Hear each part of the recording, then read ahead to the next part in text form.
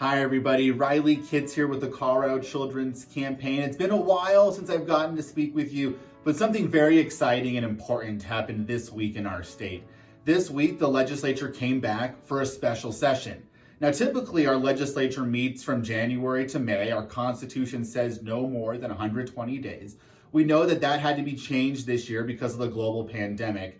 And this week, the governor called everyone back to work on a pandemic response. We know that our federal government has not acted adequately to give the support that's needed to our families, to our small businesses, and our schools. So it's really important that the state of Colorado step up, and that's what the governor and our legislative leaders said. We need to step up and provide this relief for Coloradans. So the legislature came back this week for 3 days, and they passed more than $220 million in relief for small businesses and students. We were really excited to participate in this process and see some great things done for Colorado kids and families.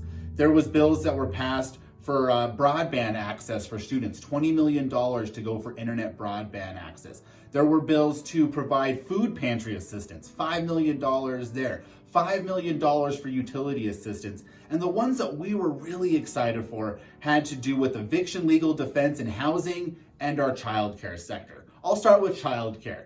More than $45 million passed in order to fund grants to help our childcare sector stay afloat. We have grants to help those childcare providers keep their doors open and provide a critical service for our families and communities. We know that our economy cannot get back on track without adequate childcare. So we have funds to keep doors open, and we have funds to expand childcare capacity in the state.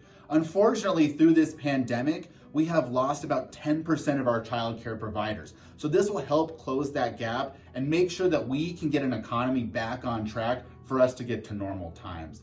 We were also really proud to see more than $54 million put towards housing assistance. Right now is the worst time for families to be kicked out of their homes. We know that folks need to have safe, stable housing, especially for our kids and students to thrive.